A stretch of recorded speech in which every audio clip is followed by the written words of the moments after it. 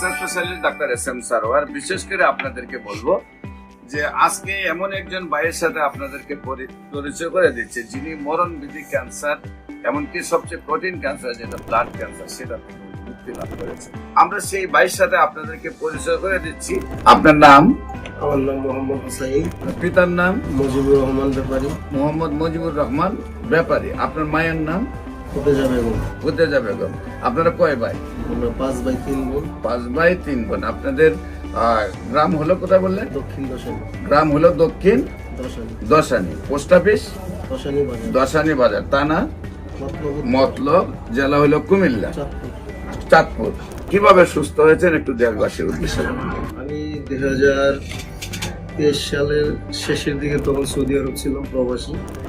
Mechanical job করতাম। ওই অতিরিক্ত গরমের কারণে হঠাৎ করে ডিহাইড্রেশন সমস্যা হয়। পরীক্ষা করার পরে দেখলো যে আমার এই হোয়াইট ব্লাড সেল মারা গেছে অতিরিক্ত। তখন তারা দেখলো যে আমার শরীরে এটা জীবাণু উপস্থিতি আছে। যখনই দেখলাম যে 6 মাস আর 9 মাস পরে অবনতির দিকে আস্তে আস্তে যাইতেছে, তখন আমি ওই চিকিৎসাটা স্টপ করে মোবাইলের মাধ্যমে যখন ডাক্তার এস.এম. সারোয়ার স্যারের ইয়েটা পাই, প্রতিবেদনটা পাই বা বিভিন্ন রোগীদের স্টেটমেন্ট পাই, তো মোটামুটি অনেকেই ফিডব্যাকটা দিল যে ভালো।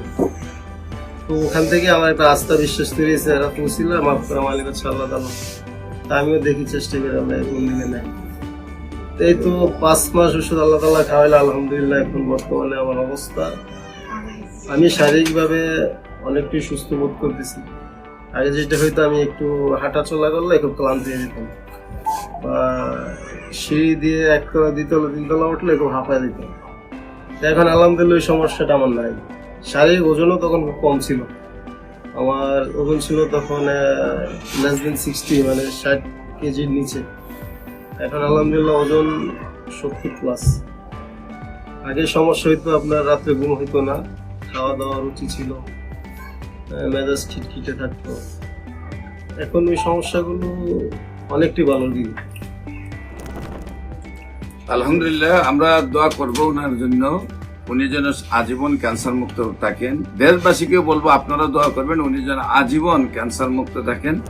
ঢাকা চেম্বার শনি রবি সোম সকাল 10টা থেকে বিকাল 5টা পর্যন্ত আমরা বাইতুল ভিউ লিফটের 11, জাতীয় মসজিদ বাইতুল মোকাররমের মেইন গেট আল্লাহ লেখা বরাবর বাইতুল ভিউ লিফটের 11তে রুগী দেখে সকাল 10টা থেকে বিকাল 5টা, এবং হবিগঞ্জের রুগী দেখে Habiganj bus stand popular general হাসপাতাল সকাল 10টা থেকে বিকাল 5টা।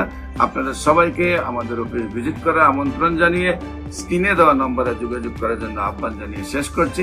সবাইকে ধন্যবাদ। আসসালামু আলাইকুম ওয়া রাহমাতুল্লাহি ওয়া বারাকাতুহু।